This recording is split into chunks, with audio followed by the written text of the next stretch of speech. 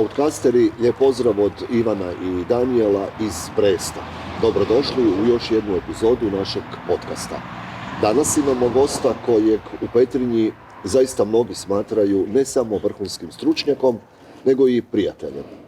Doktor veterinar Predrag Pendić je naš gost. Razgovaramo o njegovom životu, poslu, ljubavi prema životinjama, novoj veterinarskoj stanici u Petrinji, ali i o velikim izazovima poput pandemija životinjskih bolesti. Doktor Pendić, dobrodošli. Hvala vam najljepše. Drago mi je što ste me pozvali da budem gost u vašem hvaljenom i nadasve gledanom podcastu.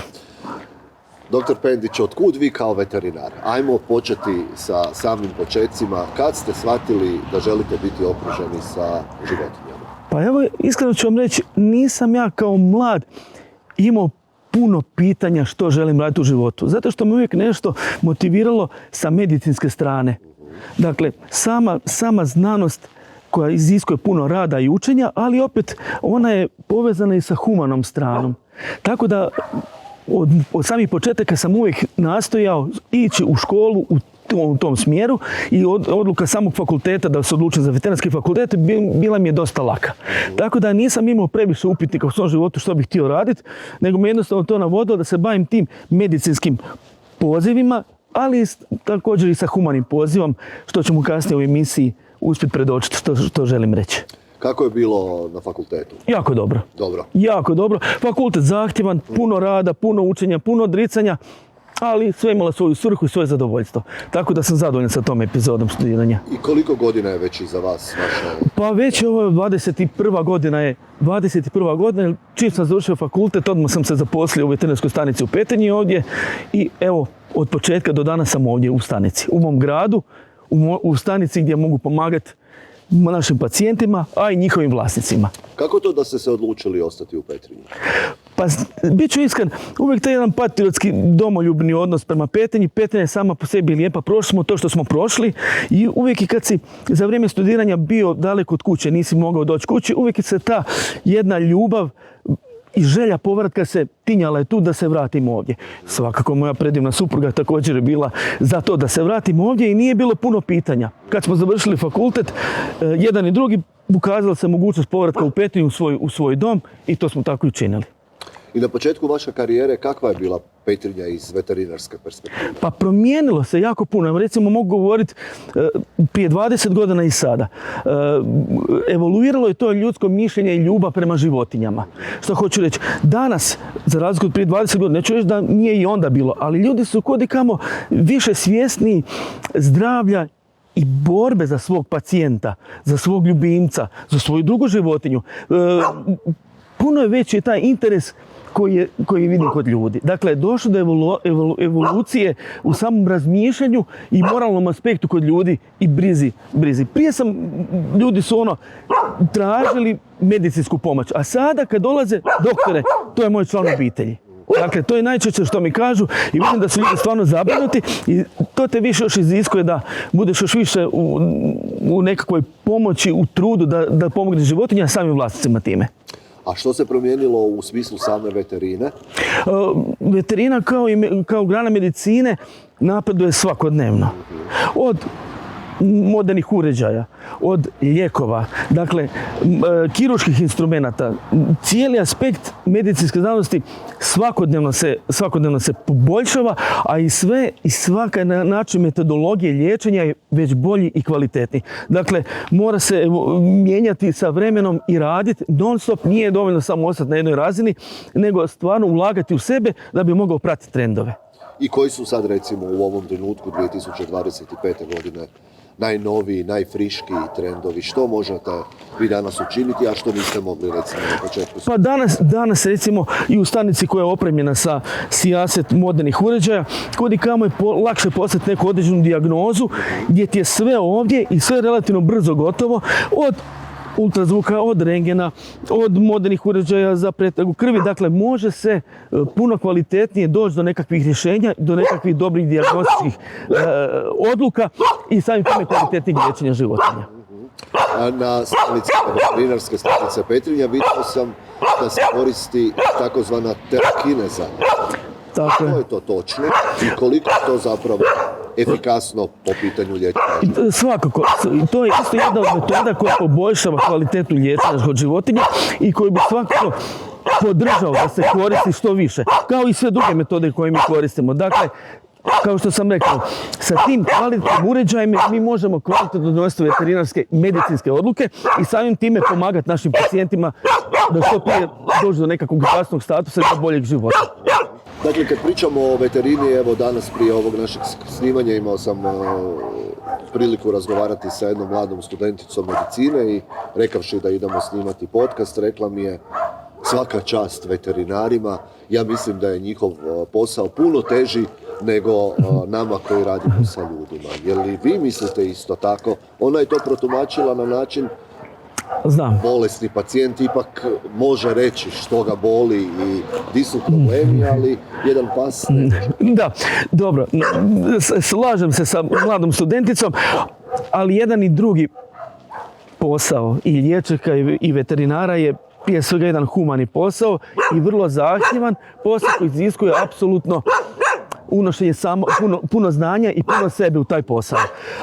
Da, točno je da ti moraš kod pacijenta prepoznat o čemu bi se moglo raditi na temelju svog iskustva, na temelju svog znanja, pomoću i određenih uređaja, da možeš donesti kvalitetnu odluku o čemu se radi. Ali kažem, i dalje mislim da jedan i drugi posao je jako težak, ali jako human i jako dobar. Ali kažem, teško je nekad sa pacijentima koji ti ne mogu reći, koji mogu samo kao zuma zalajati ili mogu nekako se drugo glasati, teško je odmah donesti odluku, ali na temelju određenog znanja i iskustva možeš imati neke parametre da doneseš kvalitetnu odluku i doneseš kvalitetno liječenje životinje.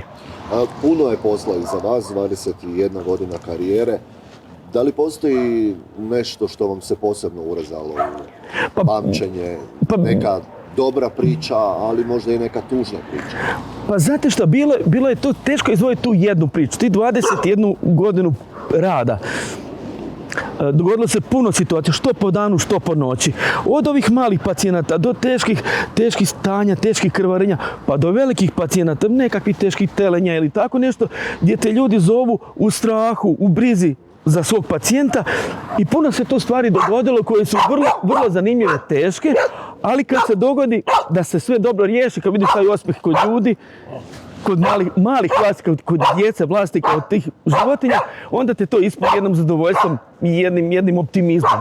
Tako da, ali kažem, teško je izdvojiti bilo što, jer stvarno je tu puno toga. Ja bih sad mogao, da bi taj podcast bio dovoljno vremena, dovoljno dug, da sve to ispričam. Evo i Zuma ima nešto za reći, tako je.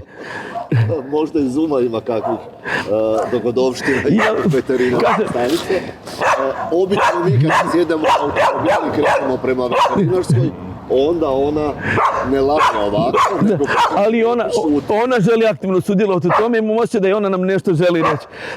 Znao sam se šaliti pa reći puno puta se dogodilo nekakvih zahvata koje sam imao ili koje su oni kolege imali, da se to snimi, da se to stavi, bilo bi tu puno pregleda. Bilo bi tu puno pregleda, ali to je prošlo ovako, to je samo određeni mali krug ljudi vidio šta se to spašava i na koji način, koje je to sve odricanje. Tako da posao je vrlo dinamičan i jako je lijep. Koliko je stresan i kako to emotivno gotovo odnos prema vlasnicima? Je, dobro, ovo je dobro pitanje. Svi poslovi nose svoju određenu dozu stresa, ali ovaj posao vrlo je stresan. I s aspekta je tog da kad si dežuran, pa po noći dobiš poziv oko 3 ujutro gdje te ljudi zovu, evo baš sam imao jednu večer isto ako poziv u 3 sata ujutro, gdje te ljudi zovu u strahu za svog pacijenta, naravno ideš na teren, ideš u ordinaciju, ideš životinji pomoć, ali to sve izaziva jednu dozu stresa. Ali, kažem opet, kad se to sve dobro završi, imaš osjećaš jedno veliko zadovoljstvo. To možeš malo odagnati obiteljskim životom, nekakvim hobijima, planinarenjima ili tako nešto, boravkom u prirodi, gdje ti to onda može malo spustiti tu dozu stresa, ali kažem, ovo je nešto s tim se živi i s čim se mora naučiti živjeti. Tako da govorim svima, svi koji studiraju i medicinu, i veterinu, i stomatologiju, i sve te medicinske grane, moraju biti svjesni tog stresa. To je sastavni dio posla. Ali pretpostavljam da u vašem životu ipak postoji neko vrijeme kada niste veterinar, umić materije. Postoji, nema ga puno, ali postoji, svakako postoji. Čime se bavite, koji je? Član sam planinarskog društva u Petrinji i supruga i ja dosta boravimo u prirodi na našim planinama, gdje možeš otići malo opustiti se, vidjeti neke nove vidike, družiti se sa svojim ljudima, upoznati planinare iz drugih krajeva Hrvatske, iz drugih krajeva ovog podneblja, gdje može se čovjek isto opustiti i biti zadovoljan. Tako da, evo, to je jedan vid opuštanja. Moja zuma nije opuštena, stalno nam nešto pokušava reći. Šta biste vi sada kao stručna osoba rekli? Da li ona ima dijagnozu? Ona je jednostavno možda malo bi htjela sudjelovati u razgovoru zato što zna s kim razgovara i nije da se mi Zuma i ja ovako vidimo prvi put, već smo se Zuma i ja vidjeli i tako da ona ima svoje mišljenje o ovom razgovoru, tako da bi ona o tome sudjelovala. Tako. A još da je došao i onaj drugi pas, sad se malo vraćamo kojeg ste, kako smo razgovarali u ordinaciji, našli gdje na smetlištu. I što hoću reći, niste okrenuli glavu, nego ste ga uzeli sebi, prigrlili ste ga, dali ste mu dom, liječenje, toplinu. Dakle, koliko ima takvih situacija u Petrinji? Pa ima, kao što sam rekao na početku razgovora, ima ih sve više i više. Ljudi imaju tu empatiju prema životinjama, ali opet se vraćam, evo na vas, mi razgovaramo. Danas je najlakše bi bilo krenuti u glavu i ne vidi to malo biće koje se nalazi na smetlištu koje je neko ili neka koja je tamo završila. Dakle, čovjek treba imati dozu odgovornosti, ljubavi, empatije, uzeti tu životinju, pružiti joj dom, medicinsku, veterinarsku skrb, ona će to vratiti sigurno. Tako da. Recite mi, vi ste pobornik i varijante zapravo domiti, a ne kupiti. Tako je. I čini mi se nekako da u posljednje vrijeme taj trend prevladava zapravo. Pa to je jedan, po meni, ispravan trend. Dakle, može se životinja kupiti ko želi, ko ima afinitet prema određenoj pasmini, vrsti, čovjek može kupiti. Ali danas ima toliko i napuštenih životinja u azilima koje mogu toliko puno dati. Ne mora to biti nekakva čistokrvna životinja.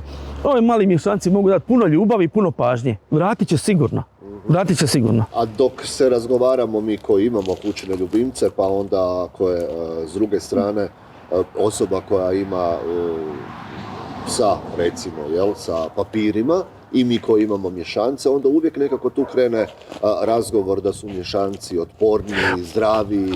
Je li ima u tome? Pa dobro, gleda se da mješanci, konkretno psi, imaju genetski materijal od nekoliko pasmina gdje unose pojačani taj imunološki odgovor. Tako da se može o tome govoriti, ali i oni se znaju razboljevati, da budemo iskreni. Premda psi koji su čistokrvne pasmine, oni su uzgojeni u jednoj čistoj krvi sa svojim dobrim stranama, ali uvijek i nose neke nedostatke. Neki imaju problema sa kukovima, neki imaju problema sa dermatitisima, neki imaju problema sa vidom, sa srcem, koji kasnije dolaze do nekakvog svog izražaja. Dakle, sve te pasmine koji su čistokrvne imaju puno svojih lijepih strana, ali imaju nekakvih nedostataka i mana koji su sastavni dio te pasmine. Kad pričamo o kućnim ljubimcima na ovom našem bliskom području, sa čime se sve susrećete? Koliko imamo pasa? Ako postoji evidencija... Pa to bi bilo negdje na našem području, teško govoriti samo naše područje, jer dosta svi gravitiraju iz Gline, iz Siska, iz Gline, iz tih područja, ali negdje zaključujemo oko 2,5 do 3.000 pasa, recimo. Tako bih, 2,5, ali ne govorimo o mačaka, to je jako puno, ali konkretno oko pasa 2.500 do 3.000, to bi bio taj broj pacijenata na ovom našem užem i širem području koji dolazi, koji gravitira ovdje. Osim, dakle, klasično pasa, mačaka, što još ljudi po Petrinji imaju? To su hrčci, to su činčile, to su papige. Dakle, širok je raspon tih naših ljubimaca. Jedno vrijeme je bio trend egzotičnih životinja. Bilo, pa i one su isto. Taj trend je negdje stabilan je. Ne mogu reći da se nešto povećava ili smanjuje. Uvijek oni koji su imali te egzotične životinjice imaju ih i dalje, tako da je to isto taj neki stabilan broj. Ima ih, nema ih previše, ali ih ima, recimo. Tako da oni isto pružaju svoju ljepotu i ljubav. Vi kao doktor veterinarske medicine, što biste savjetovali onima koji tek razmišljaju o tome kojeg kućnog ljubimca uzeti? Nešto, svako ima neki svoj izbor. Svaka osoba se razlikuje od svakoga. Neko više bi htio psa, neko više mačku, neko bi htio činčilu ili tako nešto. Dakle, svako odluči za sebe, ali mislim da nije greška, nije pogrešno na dobrom je putu ako se čovjek odluči uzeti ljubimca. Jer opet se vraćam, oni traže svoju odgovornost, traže svoju ljubav, traže svoju pažnju, traže medicinsku skrb, ali opet s druge strane, ono što ti one pruže u svom životu, to je jedna kvaliteta, stvaraju uspomene. I kad prođe taj život koji je sastavni dio i odrastanja i djece sa tim ljubimcima, pruže puno toga, stvaraju memoriju, ljudi razgovaraju često i kad tog ljubimca više nema, kad je pod prirodnim tijekom se dogodi da ga više nema, on ostaje uvijek urezan u pamćenje. Zato mi ljudi danas govore, doktore, to je dio obitelji, tako da je to, shvaćam da je to tako. Jedna od teza koja se da čuti je i to da ljudi koji imaju kućne ljubimce, posebice koji imaju pse, da su zapravo bolji ljudi. Što biste vi rekli o tome?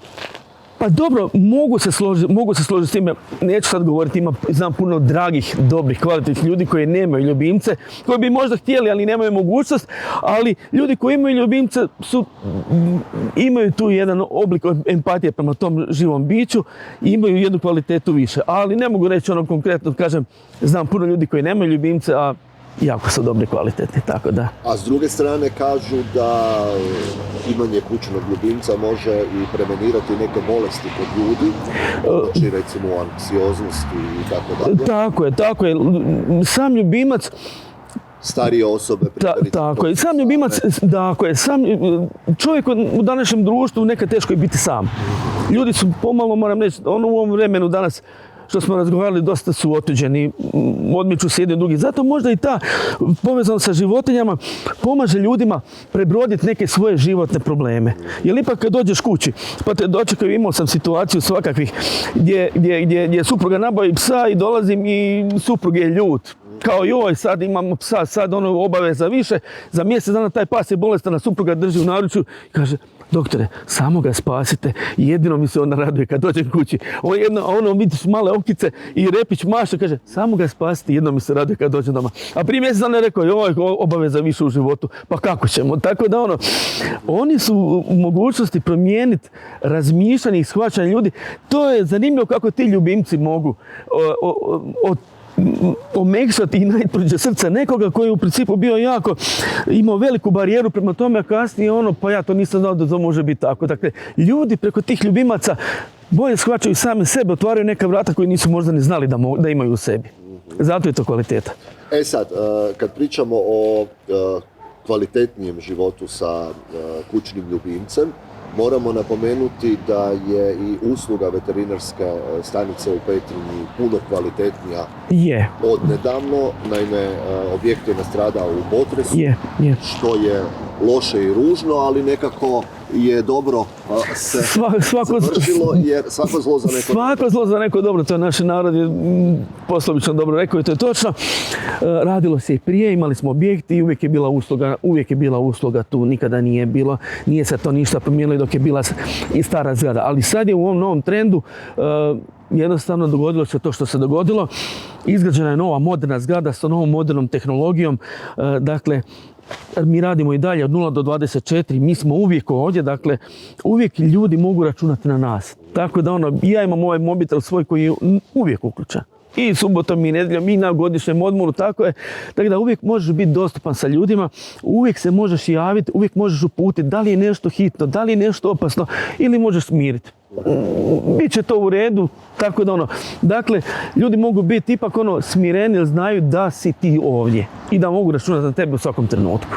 Što sada nudi naša veterinarska stanica u Petrinji u smislu da ne moramo primjerice ići na fakultet u Zagrebu?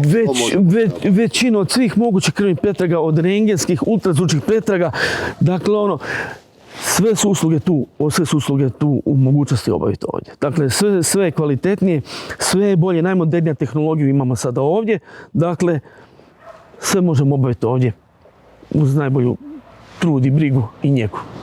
Taj potres donio je veliki stres i vama u poslu u to vrijeme. Bila je. se i humanitarnih udruga uključilo. Je, bila je. Kako? Bila je. To je sama situacija koja se dogodila bila, kao što ste rekli, vrlo stresna, vrlo neobična. Ljudi su ostali bez kuća, sami su bili u stresu. Nisu znali ni kuda, ni kako s ljubimcem. To je bilo je puno. Ja se sjećam, dolazili su mi ljudi iz stresa, iz Rijeke, sa gomilama količine hrane. To je bio si, još kad su ljudi zvali vlasti pacijenata koji su bili toliko zabrinuti, nisu znali šta i kako, tu su se angažirali ljudi od svuda iz cijelih krajeva Hrvatske. Ne samo da su dolazili, što hvala ljudima, pomoći, što su pomagali na objektima, nego su pomogli sa hranom i sa mnogim tim resursima koji su pomogli ljubimcima. Tako da smo to razvozili ljudima i ta humana strana što se nešto dogodi poveže ljude još više. Vidi se da ima još tu ljudskosti i dobrote među ljudima. U to vrijeme i kastriranje je bilo besplatno. Je. Vjerujem i dan danas mnogi pitaju hoće li se to ponoviti, da li će biti te prilike, pa evo iz prve ruke kako? Pa da, to od tada, pa čak evo do danas mi smo imali mnoštvo kastracija ljubimaca, operacija koje su bile plaćene i financirane od udruga i to je trajalo do nedavno. Dakle, od tada do sad mi to konstantno radimo. Uključi se jedna udruga, završi jedna udruga, dođe druga udruga, treća udruga. Dakle, mi smo, ne mogu reći brojčano, ali u stanici smo napravili, pa neću pretjerivati, 1000 ako ne i više operacija smo napravili, teško mi reći, ali zaista 1000 ako ne i više i tih složenih zahvata uz pomoć tih udruga i kažem, donedavno smo radili, a tu se i grad i Petrinja isto angažirao. To sam vas htio pitati, grad Petrinja pripomaže. Tako je, kao i ove sve udruge, ne smemo zaboraviti grad Petrinju i oni su se uključili to i sa svojim resursima su pomogli u kastraciji ljubimaca, što pasa, što mačaka. Dakle, i grad Petrinja je u tome sudjelovao aktivno i sudjeluje i dalje. I kako se odazivaju građani? Apsolutno pozitivno, jako. Ja evo mogu reći, kad se dogodio potres, pa poslije toga, po 10-15 operacija smo radili dnevno. To je bilo, i tako svakodnevno je bilo. Dakle, baš su se ljudi odazivali i jako rado su dolazili na tu ideju i na to da bi operirali, sterilizirali, kastrirali svoje ljubimce i to smo mi odradili i uvijek baš nas veliko zadovoljstvo. Bilo jako dobro. Laički opet ljudi razgovaraju u tim trenucima da li je primjerice psa bolje kastrirati prije njegovog puberteta ili pričakati prvu menstruaciju da prođe pubertet. Što biste vi rekli? Što biste vi savjetovali? Da li kao štence obaviti kastraciju? Znate šta, pa neko pas mora kao i mačka doći u neku životnu dob kad se to radi. Svakako. Nije dobro raditi pre mladoj životinji zbog čisto medicinskih, bioloških razloga, potrebitosti hormona i razvitka organizma. Nekad je mišljenje, neko želi imati potomstvo pa da se to realizira majčinstvo kod psa ili mačke pa da bude životinja zadovoljna. No, međutim, može se to napraviti ranije kad životinja završi tu neku svoju neku dob, kad postane zrelija, pa ne mora ni imati mlade, može se to obaviti kvalitetno i na dobar način. Zbog čega je dobra kastracija? Zašto savjetovati da ljudi kastriraju? Recimo, teško se nositi nekad sa tim spolnim ciklusima životinja, recimo kod pasa, gdje ljudi ako imaju u dvorištu psa zovu svakodnevno, pa doktore, pa ne mogu u dvorištu izaći, ima ih puno, pa mace mjauču, pa to je, zna biti dosta zna biti to i stresno i nemjerno za ljude. Opet s druge aspekta, ako kastriramo recimo pse, kuje, onda se na taj način kod ženskog psa se prevenira stvaranje nekakvih tumora mliječnih žlijezda na taj način.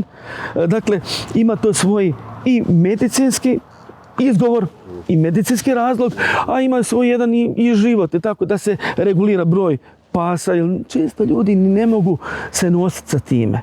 To se dogodi, pa imamo 6-7 malih, financijski, pa završe kod Berdajsa, pa završe ovako. Tako da je bolje, ako je to u mogućnosti, ako se ljudi ne mogu nositi s tim svim obavezama, obaveze jesu, onda je logičnije napraviti taj jedan operativni zahvat i sa medicinskog i sa moralnog stajališta je bilo lakše napraviti. Pričali smo o stresu kod vlasnika koji primjerice moraju na godišnji odmor pa onda nemaju kud sa svojim kućnim ljubimcem, pa smo onda pričali o vašem stresu primjerice za vrijeme potresa. A što je sa stresom kod kućnih ljubimaca? Da, životinje su jako, posebno ako se povežemo s ovim potresom što se dogodilo. To je bila jako situacija kobnih, gdje se stvarno znalo, ja sam imao dosta ljudi gdje su rekli, gdje zaista životinja, ne samo što je doživjela strah, koji je promijenio i način njezinog razmišljanja i instinkta njezinog, znate. No, međutim, bilo situacija gdje je životinja doslovno dovela do srčanog inzulta, gdje su životinje uginule. Tako da se to znalo događati i događa se. I poslije potresa u toj cijeloj sferi tih nemilih događaja, prirodnih događaja, događa se da životinja ne izdrži u toj situaciji. Posebno zato što oni imaju kudikamo istančanije osjećaj za te nekakve zemaljske promjene i tako nešto, tako da oni to i doživljavaju na jedan način još osjetljiviji i gdje se može dogoditi da životinja, a i događa se nažalost da životinja i ugine zbog takvih stvari. Po vašem iskustvu, što je najstresnije primjerice za jednog psa, za jednu mačku? Da li postoji kakva rang lista stresnih situacija i kako im pomoći u tim trenucima? Osim ovih situacija što se događa kao potres prirodnih situacija i taj odnos napuštanja, maltretiranja životinja. Nažalost, ima i takvih situacija. Vraćam se ne želim teškog situacija smrti vlasnika ili tako, životinje, posebno psi to teško doživljavaju.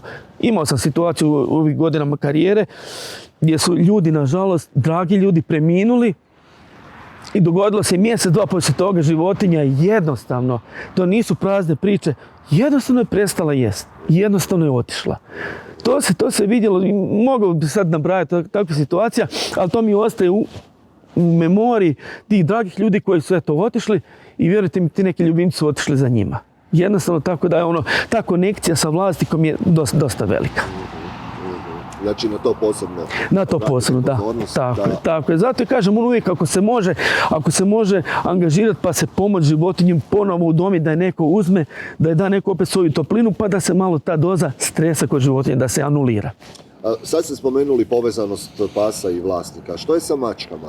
Odnosno, kako biste vi usporedili psa kao kućnog ljubimca, odnosno mačku? Kakve su razlike, a kakve su... Pa ako možemo reći sad, pas je vezan dosta za vlasnika. Mačke su vezane za vlasnika, su vezani za kuću, za dom. Tako da se tu one razlikuju. Znate kad govorimo, jedni su ljubitelji pasa, drugi su ljubitelji mačaka, imaju svojih sličnosti, ali svojih i različitosti. Tako da mačke su znale biti vezane, nemaju toliko, sad bi se možda uzgajivači i ljubitelji mačaka možda ne bi složili, ali kudikamo je više izraženija ta neka povezanost pasa prema ljudima, nego mačkama prema ljudima. Premda ja kad dođem kući, ja imam 9 mačaka, pa kad legnem, one sve legnu na mene i predu i tako. Kad dolazim kući, samo trče za mnom repovi su zraku, dolaze nam hranitelj doma, već se moji susjedi smiju kad dolazim kući, tako da i taj mi se broj stalno povećava, tako da imaju svoju ljubav koju oni daju i svoje zakonitosti ponašanja. To definitivno imaju. Da li biste se složili da je ipak onda nekako sa mačkama lakše? To iz perspektive nekoga ko razmišlja o kućnom ljubimcu. Pa tako je, nekad ako bi se moglo reći nekad je lakše otići na neki put i tako i ostaviti macu da je neko hrani, nego recimo kod pasa. Često se zna dogoditi, kaže, otišao sam na put, ostavio sam psa u stanu, pa znate šta doktore, vlasnici stanova se bune, stalno jauče, stalno plače, stalno laje. Maca neće tako. Maca su u svom nekakvom životnom podneblju, ako ih kvalitetno nahraniš, oni će svoje odspavati, kad se vratiš doma, vratio se super. Imat će zadovoljstvo, ali recimo ovi zuma ili ovako ljubimci više će mahati repom, bit će sretni kad dođete doma. Tako da Što je sa onim da mačka ima 9 života, je li imate manje pacijenata mačica? Ima ih. Dobro, to je stara posljedica, ali ima ih puno, ne bih to mogao napet za razliku. Dolaze posebno u vremenu današnjih zaraznih bolesti i tako nešto, dolaze i mačke jako puno, ne samo kao i psi, tako da. Koji su najčešće zdravstvene tegobe kod pasa i mačaka? Pa to su, recimo kod pasa, posebno mi smo ovdje podneblje, od onih klasnih dišnih bolesti, bolesti probavnog sustava, do te recimo jedne piroplazmoze koje prenose krpelji, koja je tu u naše podneblje jako puno. I jako je bolest ta gdje se treba obratiti pažnju prema tome, treba dati životinjama, psima zaštitu, određenim medikamentima, lijekovima, tabletama, kapima, da se spriječi mogućnost na utjecaja tih krpelja na životinju, čim oni prenose tog parazita koji je vrlo agresivan i koji može u vrlo kratkom periodu dovesti i do raspadanja krvi, do otkazivanja unutarnjih organa bubrega i posljedično do smrti životinja. Dakle, uz pravilne tretmane i brigu može se to nivelirati i dovesti na nekakvu razumnu brojku. Ali kažem, i zaraznih bolesti uvijek ih ima. Uvijek ih ima i bit će ih, ali tu smo mi da ih probamo smanjiti, anulirati, da probamo pomoći ljubimcu, a i vlasnicima. Kako prepoznati da kućnog ljubimca nešto muči? To je vrlo jednostavno. Ne mora se tu nešto dubokoumno pratiti. Vidite na njemu, kad dođete kući, da je tužan, da odbija hranu, da je nevoljko. Vidite po njegovom izrazu lica da nešto nije u redu. Tako da vrlo lako se to može što prije vidjeti i kontaktirati veterinara da se životinji pomogne. Koji je trenutak taj kada bi se trebao kontaktirati veterinara? Odnosno, da li postoji nešto što mi kao vlasnici kućnih ljubimaca možemo napraviti sami prije nego što može se, premda ja nisam, nikad mi nije stvarno da se to što prije kontaktira. Jer imate situacije koje su stvarno urgentne i gdje trebaš odmah reagirati, zato bolje, recimo, opet se vraćam, sad sam spomenuo piroplazmozu, to je takva bolest koja je vrlo brzo, ona je akutna, nekad je perakutna, vrlo brzog je tijeka. Tako da bolje što prije reagirati, jer što prije krenemo nekakav medicinski tretman, bolje su i veće su mogućnosti da životinji pomognemo. Već drugi, treći dan ako se to dogodi, već su te posljedice i puno teže je i liječenje i oporavak životinje. Tako da bolje nekad što prije nazad, nije teško nazad, pitati, reći o čemu se radi, tako da može i veterinar reći svoj savjet. A što biste vi rekli da vlasnici ne čine, a trebali bi kada pričamo o kućnim ljubimcima? Opet se vraćam. Što ih treba upozoriti? Svakako na zaštitu životinja protiv parazitarnih bolesti. Recimo, svaki 2 do 3 mjeseca životinje davati zaštitu od parazita, okruženi smo njima. Ali ne samo, ne štitimo mi životinju samo od parazita zbog nje same. Štitimo i zbog samog sebe, zbog samih članova naše obitelji. Jer ti svi uzročnici prelaze i na djecu, na same vlasnike. Tako da tim nekakvim preventivnim metodama vrlo lako se može poboljšati kvaliteta života svojim ljubimcima, a i nama samima. Dakle, ne treba puno, samo treba biti discipliniran i u određenim vremenskim razmacima određene medikamente koristiti i poboljšati kvalitetu života. Opet se vraćam, naših ljubimaca i nas samih. Jer uzročnici često prelaze sa jednih na druge, to se zovu zoonoze, to su bolesti koje nisu strane ni psima, mačkama i ljudima, da na taj način možemo to prevenirati i imati kvalitetniji život. A što je bolje koristiti? Tipa ogrlicu zaštitnu ili nešto od lijekova, odnosno tabletica? Pa dobre su i kvalitetne su i ogrlice. Već je to po izboru. Ogrlice su kvalitetne, drže 6 do 8 mjeseci, kvalitetno su. Danas ima puno tabletica koje se koriste i s kojima sam ja jako zadovoljan. I svakodnevno govorim ljudima, dajte, uzmite to, nemojte da vam bude teško. Vidjet ćete koliko će... I mogu vam reći da sa tom savjetovanjem ljudi kudikamo se smanjuje broj toga. Prije je znalo biti na dnevnoj razini 5, 6, 7 pasa bolesti od toga. Sada kad malo se poboljša svijest, kvaliteta, komunikacija sa pacijentima, sa vlasnicima, koji opet, vraćam se, i bolje slušaju te savjete, kudikamo je manje tih teških stanja koje se javljaju kod životinja. Dakle, uz jednu kvalitetnu komunikaciju sa veterinarom, kvalitetnim odabirom određenih lijekova, može se prevenirati da ne dođu do nekakvih teških stanja, koje su u konačnici jako opasne. Osim toga, da li postoji još nešto na što može utjecati sami vlasnik, a na taj način produžiti život i kvalitetu Ma života svakako, da, ljubimca. svakako ona je kvalitetna prehrana životinje. Što to znači kvalitetna prehrana? Pa u današnjem vremenu dobrog odabira hrane, gdje ima zadovoljavajući broj proteina, ugljikohidrata i svih tih vitamina i svih tih lijekova koji se mogu i u hrani mogu davati životinji, poboljšava se zdravstveni status životinji. Kao što sam rekao, neke pasmine imaju problema sa probavnim sustavom, neke imaju problema sa kičmom, sa zglobovima i tako. Uz određenu terapiju, određene lijekove, određene dodatke u hrani možemo poboljšati njezin život i svakako produžiti život životinje. Svakako, šetnja sa životinjom, ne samo zbog nje, nego i zbog nas samih, poboljšava kvalitetu života. Zašto ne prošetati prekrasnim nasipom Petrinjskim, protrčati sa psom, prošetati i biti čovjek zadovoljan i njemu na kraju benefit ima i on i sam pacijent, sama životinja od toga. Sad, idemo se smjestiti u jedan pet shop i ja kao vlasnik kad dođem pred policu i vidim 10, 15, 20 vrsta hrane, na što da obratim pozornost? Što mi je ključno? Ovako, uvijek je to kad dođete u pet shop, konkretno naš pet shop, možete gdje imate veliki izbor i hrane, i medikamenata, i dodataka u hrani, uvijek se možete posavjetovati ili sa veterinarom ili sa našim osobljem koje radi u samoj apoteci i reći o čemu razmišlja, koji je problem i što je najbolje za uzeti. Tako da tu smo uvijek svi za dati savjet, saslušati i naći najbolju metodu od prehrambenu, nutritivnu, vitaminsku koju možemo dati našem ljubimcu da bi poboljšali kvalitetu života te životinje. A što biste vi rekli, da li je zdravije i bolje kućne ljubimce hraniti sa suhom, sa mokrom hranom ili sa mješavinom ili je zapravo nebitno? Pa znate šta, ja sam oko toga neko je samo za suhu hranu, neko je za mokru hranu. Zašto ne pomiješati, zašto ne napraviti da životinja ima možda i odabir? Da ta prehrana nije jednolična. Zašto ne bi napravili krutu hranu, zašto ne bi napravili nešto mekanu hranu? Dakle, ja sam za to da ta bude hrana raznolika i da samim tim i sama životinja bude zadovoljnija. Hoćete reći da onda nije niti bitno kroz život kućnog ljubimca stalno koristiti jednu te istu marku hrane?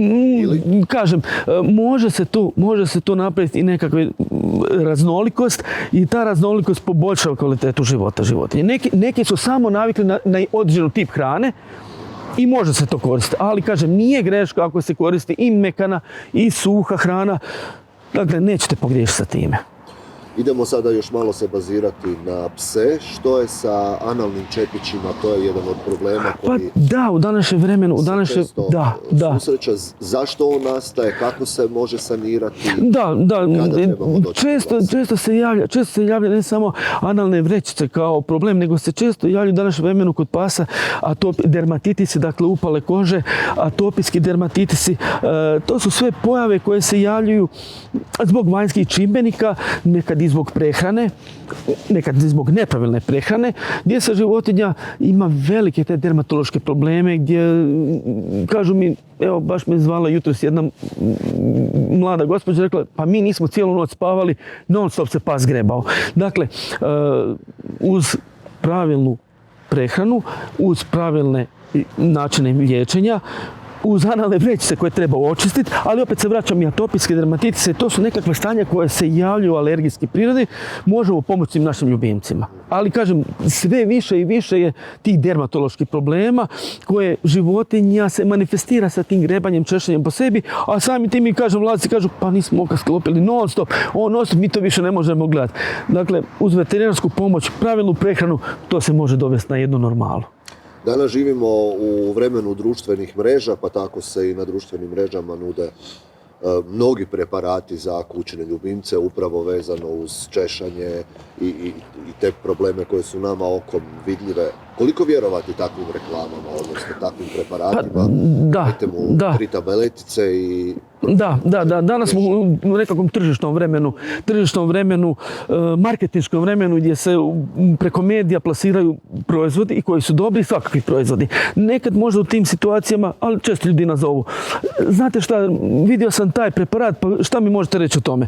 Nije možda nekad zgorega nazad, čisto se čuti sa svojim veterinarkom, i dobiti neki određeni savjet, pa reći, aha, pa za tog psa nekad su to lijekovi mogu biti personalizirani. Aha, ja znam Zumi bi trebalo to, aha, njemu bi trebalo ovo, pa dajte uzmite, njoj bi možda poznavajući njezin zdravstveno stanje, možda bi njoj bolje bilo to uzeti. Tako da nekad nije loše se posavjetovati sa veterinarom, čuti neko stručno mišljenje, pa da se nađe najbolja solucija za tog ljubimca šta bi trebalo uzeti. Još ćemo ostati malo od prehrane. Zanima me što je sa vlasnicima koji i dan danas djelomično ili u potpunosti svoje kućne ljubimce hrane kao što smo ih hranili prije 30 godina, dakle sa onim što nama ostane. Da. Dobro, nije to rijetka pojava, dosta je ta pojava učestala. Ali ja imam situacije da mi u nekoliko navrata je ljudi reklo ni slučajno dati, ne znam, malo kelja ili ne znam. Neke stvari ne može, neke stvari bi trebalo izbjegavati. Ima svakakvih stvari. Imao sam jedanput situaciju gdje je došao čovjek sa psom kojim je bilo jako teško, ali su oni pojeli, gledajući svjetsko prvenstvo u nogometu, pojeli su 2 velike milke čokolade i to je bilo je dosta je bilo muke da mi spasimo tog pacijenta. Kažu inače da je čokolada baš pogubna za psa. Tako je.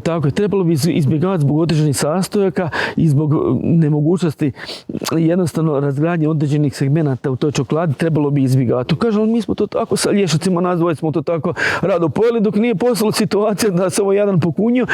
Bio je on dobro kasnije, ali je bilo dosta je bilo zahtjevno i teško. Ali je ostalo. Dakle, neke bi namirnice trebalo izbjegavati svakako. Masnu hrana, čokolada, što mi izbjegavati, uvijek govorim, kruh, peciva, kolače, krafnice i tako, to je oni voli, mi to tako volimo, pa voli i on. Ono je masno, pa znaš šta, to će bit će duže sit, pa tako nešto. Te bi nekakve namirnice trebalo izbjegavati zato što sam njihov probavni sustav nekad nije dovoljno kvalitetan da bi mogao to preraditi, a i opet se vraćam, izazivaju nekakve dermatološke i druge probleme. Tako da tu treba napraviti malo neku distinkciju i neke stvari maknuti sa strane, neke sastojke, ugljikohidrate i tako, masnoće, tako da bi to ljubimcu mogli pomoći na bolji način. Ja imam Zumu 4 godine, ali evo dok mi nije stigao Leni, nisam znao da vole jabuke. Mali pojede komadi jabuke bolje nego ja. Da. Kažete na to?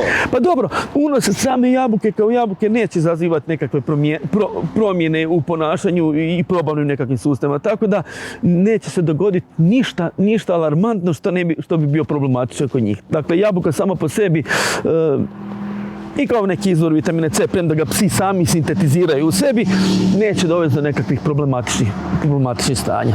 Što je sa mačkama, gdje tu trebamo paziti, posebno po pitanju prehrane? Također, mačke imaju isto svoju specijaliziranu prehranu koju oni jedu i trebalo bi se toga pridržavati. Mačke, recimo, više čak vole nekako tu sirovu hranu u komparaciji sa psima koji više vole to da je to pripremljeno, da je to skuhano ili tako nešto, ali kažem uz pravilno odabir prehrane koja je velika, može se isto imati zadovoljnog ljubimca sa dobrim zdravstvenim stanjem. Pričali smo, dakle, o navikama ljudi ovdje kod nas u Petrinji, zapravo u cijeloj Hrvatskoj, da su oni sve savjesni, sve bolji prema kućnim ljubimcima, no nekako još uvijek postoje ljudi koji zaziru od kućnih ljubimaca, odnosno žele im naštetiti. Koliko ima takvih slučajeva u Petrinji da pas pronađe nekakav otrov koji je... To je dobro pitanje. Nisu svi, nažalost, ljudi se razlikuju, nisu svi ljubitelji pasa, mačaka, nekome to smeta. Nekome smeta okruženje gdje se te životinje kreću i tako nešto i nažalost kreću, događaju se takva, teško mi govoriti o tome, ali to je činjenica s kojima mi živimo i živjet ćemo s tim, gdje se događaju određena trovanja. Onda sam znao imati i u Petrinji dijelove Petrinje gdje mi se počnu javljati, dolaze mi ljudi iz tog dijela Petrinje sa otrovanim psima. I događa se. Događa se i to, budu teška trovanja i teško je nekad i pomoć, jer to su supstance, molekule koje su vrlo agresivne, koji da sam čovjek unese u sebe, bilo bi jako teško mu i pomoć, zato što djeluju vrlo agresivno, napadaju unutarnje organe, parenhimske organe, napadaju srce, želudac, jetru, pluća, srce. Dakle, te supstance su jako opasne, a ljudi to imaju koji to koriste i ne zaziru od toga. Dakle, to je činjenica s kojom mi smo živjeli, živimo i živjet ćemo. Dakle, nemaju svi nekakve moralne osnove da to ne bi radili i to je sastavni dio. Ne događa se samo to ovdje. Svako malo vi čujete, aha, tu se dogodilo ovo, pa u medijima se javi, to je napravio netko.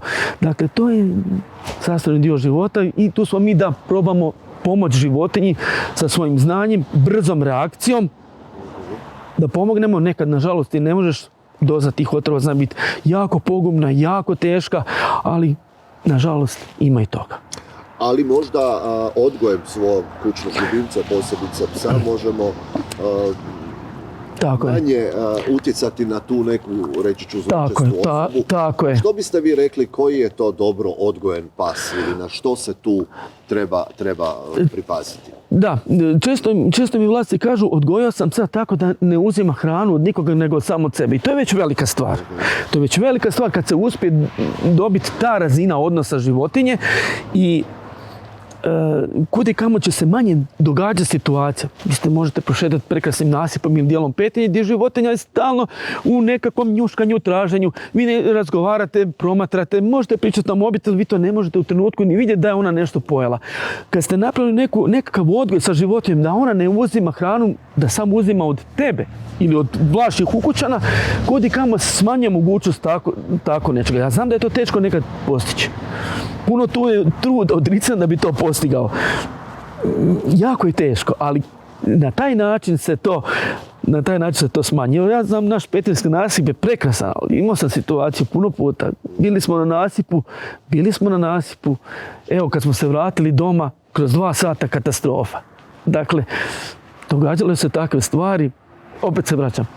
Ako se može utjecati odgojem na životinju da samo uzima hranu od tebe, već se napravili jako puno u prevenciji takvih situacija, neželjenih situacija, opasnih situacija. Kad već pričamo, doktore, o tim ružnim situacijama, moramo se dotaknuti i situacije kad vidimo da je neki pas na cesti bolestan, povrijeđen, lupio ga je auto. Što Petrinjke i Petrinjci trebaju i mogu učiniti?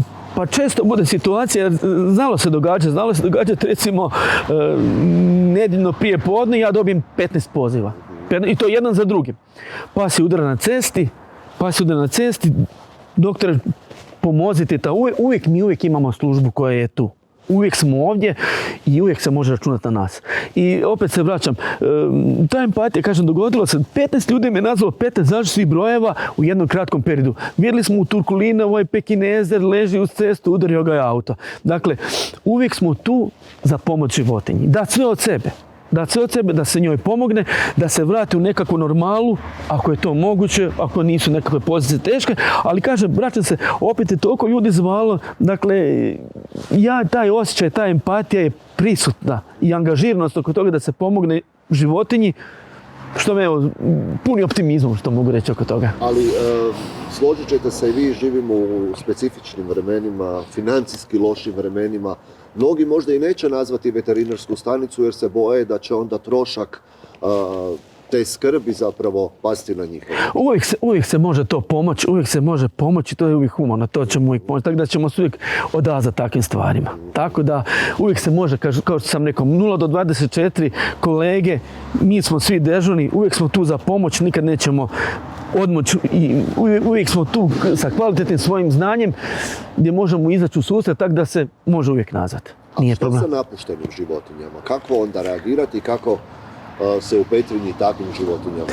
Kod napuštenih životinja Što primjerice ja kad sam malo glednija našao u smeću, što da sam vas nazvao, što bi se dalje događalo? To je koordinacija azila koji se nalazi u Sisku i gradskih službi, komunalnih redara koji tu životinju uzmu, pogledaju da li je ona mikročipirana ili nije. Ako nije mikročipirana, ona se odvozi u azil gdje bude određeno vrijeme. Tamo se mikročipira i traži se njezin daljnji put, potencijalni vlasnik, tako je. Dakle, uvijek postoje službe koje vode skrb o tome. Dakle, ima toga dosta. Da li su skloništa dovoljno velika ili ne, to je sad druga stvar. Ali postoje službe koje vode brigu o tome. Dakle, ako se vidi ljubimca, ako se vidi psa koji je napušten, koji hoda po cesti, postoje službe koje se skrbe o tome. Što vi mislite, da li bi trebao jedan azil u Petrinji i ovaj sisački zadovoljava? Ja mislim da bi bilo dobro da ima prostora i za tako nešto. Da ima toga jako puno. Mislim da bi na petrinjskom području, koje nije malo područje, kao što sam rekao, ima 2.500 pasa do 3.000 pasa, samim time ima i dosta, i zna se dogoditi i lutalice, tako nešto, i situacija koja ima male, ne može se, nije se na vrijeme napravila sterilizacija, tako, mislim da bi bio dobar potez da se napravi na našem području tako nešto. A jedan, recimo, hotel za kućne ljubimce? Hotel veliki trend vani. Veliki trend vani, vidim da ga ima da i ovdje sad isto, tako da sigurno... To je trendovi koji omogućavaju ljudima i da lakše odu negdje. Da lakše i za ljubimce, i za pse, i za mačke, idem negdje, teško mi je ostati negdje svog ljubimca, nema se ko brinuti. Često ljudi su nekako i nemogućnosti, nekakvom strahu, ne mogu. Zašto ne? Pa se može otići u hotel.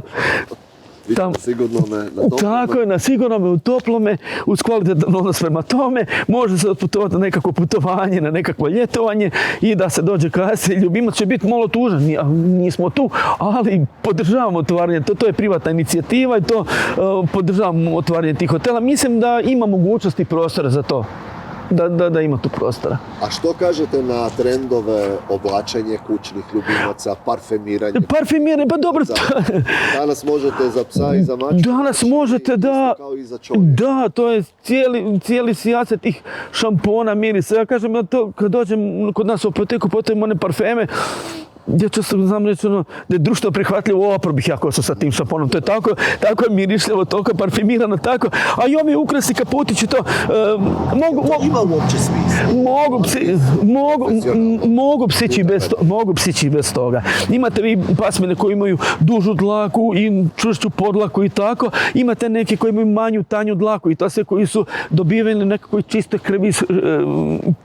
Pa i njima možda neki toplinski izolat slabiji, pa možda ta jaknica po velikim hladnoćama dobro radi, ali u principu globalno gledano oni imaju taj sloj dlake koji njih štiti, znate tako. Ali ovo je malo trendovski, malo modno, osvješteno, tako da zašto ne, ako to vlasnika veseli, neće to životinji odmoćaj, tako i koji parfem. Neće stvarati stres. Neću stvarati stres, neće. Ali ja sam primjerice, da bi se riješio neugodnog mirisa, u nekoliko navrata kupio onaj kao dezodorant, parfem za pse. Da. Pošpricao po Zoomi i onda sam išao googlati i kažem ne, to baš ne raditi, to njima stvara stres zbog tog mirisa. Dobro, to ima isto istine u tome zato što pas ima istančani njuh i ono što je našim receptorima, njušnim receptorima prihvatljivo, što je nama to super, Zuma bi rekla, bože mili, opet ovaj citrus nekakav a znaš da citrus ne volim ili tako nešto. Tako da treba biti oprezan sa tim stvarima. Kažem, oni imaju drugačiju percepciju njuha nego što imamo mi. Tako da treba biti u velikoj mjeri i oprezan sa tim stvarima. Može se životinja, kažem, biti u stresu, može odbijati hranu, da se poremeti taj njihov aspekt hrane koji ona njuši svoju hranu, svoju konzervu, ali njuši i taj nekakav sedefasti miris nečega, pa onda je malo to zbunjuje. Tako da. Zuma nam je pokušala nešto ispričati, odustala je od toga, ali nas promatra. Kako ona nas sada vidi? Prvo je bilo jako uzbuđena. Došlo do malo jedne ekstaze, Zuma je htjela sudjelovati u tome. Čudna je tu je sa veterinarom koji ne radi, promatra je malo, smije se i gleda tako. U početku je to bilo malo onako, upitno, oprezno, tako, a sad se već primirila, već je shvatila da je to samo jedan ugodan razgovor, tako da je vidjela ovdje da može slušati njezinog Daniela i njezinog veterinara kako razgovaraju. I kako ona nas vidi? U boji? U nekim... Oni nisu... Osjećaj ljubavi? Osjećaj ljubavi uvijek i prema vama, tako je. Prema meni osjećaj Dobro, ali postoje emociju. Tako, emociju, a boja je ta daltonistička, crno-bijela, nema tu nekakvih purpurnih, ljubičastih, zelenih, plavi boja. Ona to vidi u tom, ali zato kompenzira sa svojim kvalitetnim njuhom, što se vraćamo. Zato to njuši u tančinu, sve super njuši. Tako da Prije nego, doktore, krenemo u završnicu našeg razgovora, ja bih volio da još jedanput sada podvučemo zapravo poruke koje bi uputili vlasnicima pasa, odnosno budućim vlasnicima pasa i mačaka, na što posebno obratiti pozornost, kako se odlučiti za kojeg kućnog ljubimca i kada se odlučimo za njega, zapravo što nam je pod obavezno činiti. Pa tako je. Svako je individualna osoba i svako ima svoje neke percepcije. Neko više voli pse, neko više voli mačku. Neko voli čičile, neko voli hrčke, neko voli kuniće, neko voli ptice. Ali nije loše i lijepo imati ljubimca. Uz određenu, koji donosi svoju određenu odgovornost i medicinsku skrb. Ako nabavite ljubimca, napravite one preventivna cijepljenja protiv zaraznih bolesti. Uzmite one tabletice protiv parazitarnih oboljenja, jer s tim nešto štitite samo njega, štitite i svoje članove obitelji od toga. I ako ste već to napravili, već ste napravili veliku stvar. Kvalitetna prehrana, komunikacija sa vašim veterinarom, ako vam nešto nije jasno. Ne mora to biti svakodnevno, ali ako ti nešto nije jasno, može se nazvati i pitati, gledajte, nešto sam primijetio kod njega, poboljšava njegovo kvalitetno zdravstveno stanje, a i svoj kvalitetan život sa tim ljubimcem. Dakle, odlučiti se za ljubimca, udomiti ljubimca, neko je kupiti ljubimca, ovisi od čovjeka, ali pustiti to mlado dlakavo biće sa prekrasnim očima i dugim lijepim ušima, nek uđe doma i mahat će sa repom i radovat će se vama. Kao što se onaj gospodin radovao kad dođe poslije smjene s posla i njemu jedino ona maše repom i onako je grli sa ljubavi i kaže, doktore, samo je spasiti, jedno se ona raduje. Prepoznat će se ta osoba, zna o kom govorim. Doktore, što je sa velikim životinjama na našem području? Kako tu stojimo? Pa, velike životinje su sastavljene, oni imaju svoju ekonomsku vrijednost, imaju i opet emotivnu vrijednost, ali naglasak je na ekonomsku vrijednost. Ovaj kraj je bio poznat po toj ekonomskoj vrijednosti. Ovaj kraj je poljoprivredni kraj, stočarski kraj kojeg krase taj odnos prema velikim životinjama i prema onom što oni nude čovjeku i kvalitetni koje opet daju. Tako da taj se broj smanjuje. Koliko je to znatan pad? Pad je definitivno da je pad. Definitivno da je pad, to je tako trendovski, dolazi do jedne biološke promjene strukture ljudi. Mladi ljudi možda imaju više trendove, više neke stvari ih više zanimaju. Ovaj posao na selu koji se odvija, a i sad smo u dvorištu u Brestu, gdje je iza mene bila štala, gdje su bile kravice, gdje smo dolazili svakodnevno ili svaki par dana smo dolazili ovdje. Taj posao zahtjeva 0 do 24, 365 dana posao i odricanje. I treba čovjek biti čvrsto na zemlji kad se s time bavi. Donosi on i ekonomsku dobit i sve, premda danas je sve teže i teže. Ali dosta mladi ljudi odlučuju da ipak to možda nije za njih i samim time to je razlog za smanjivanje broja tih velikih životinja. I ove nekakve zarazne bolesti koje se javljaju malo ubijaju volju ljudima da se bave sa time. Tako da je to, živimo u ovom vremenu u kojem jesmo, tako da pad je, nećemo ga negirati. Još tih životinja ima, ali interes se nekako malo smanjuje prema tome. A što je sa ovim velikim pandemijama? Sada smo svjedočili svinjsku kugu, ptičja. Tako, ptičja gripa, afrička svinjska kuga, to su sve te pandemije. Prije je bilo i ono kravlje ludilo koje je bilo aktualno. Ta ptičja gripa, tu smo nalazili i labudove i svakakve. Tako da to su sve pandemije, zarazne bolesti koje se javljaju i nanose štetu.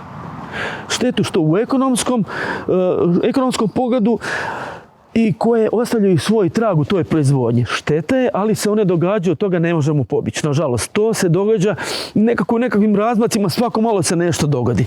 Ali definitivno i to, kao i nekakvi ti određena situacija, ekonomski balansi dovode do smanjenja velikih životinja, ali kažem, trebalo bi se više balansirati, jer mi smo ovdje kraj koji se bavimo sa time, trebalo bi to što više njegovati, ali dobro, takvi su danas trendovi.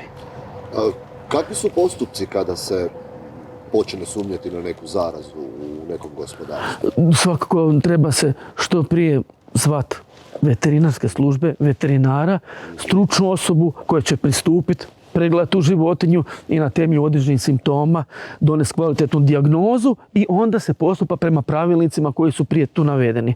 Zatvaranje tog, ako se radi u sumnji tome, zatvaranje tog dvorišta, prevenciji, obavještavanja veterinarskih instanci na višoj razini, jer to su ozbiljne stvari gdje se mogu donositi velike ekonomske štete. Dakle, postoje protokoli i zakonski okviri, regulative prema kojima se tu postupa. Ali je bit da se vlasti tih životinja kontaktiraju prvog svog veterinara koji će napraviti jedan kvalitetni anamnestički pregled i donesti onda odluku o daljnjim postupanjima prema tome svemu. Nadamo se da će to uvijek nas izbjeći, da neće to biti ovdje, ali živimo u vremenu gdje je to realno i gdje se to može dogoditi. Tako to da... sam vas htio pitati, znači vi se ne sjećate nekakvog takvog velikog problema na našem području?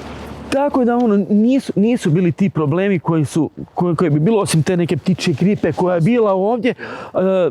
Pojavi se periodički, ali nismo imali te nekakve velika, ta nekakva s vremenom se pojave neke određene situacije, pojave se, ali manje nego u nekakvim drugim dijelovima. Ono što vas moram pitati, da mi kažete iz perspektive veterinara, područje Sisačko-moslavačke županije u zadnje vrijeme po pričama dosta je namijenjeno za koje kakve farme pilića. Što vi mislite o tome? Iz perspektive veterinara. Koliko je to dobro, koliko to ne bi bilo dobro? Pa to je šire pitanje. To je šire pitanje koje ne može samo obuhvatiti veterinarsko pitanje, nego ekonomsko pitanje, šire političko pitanje.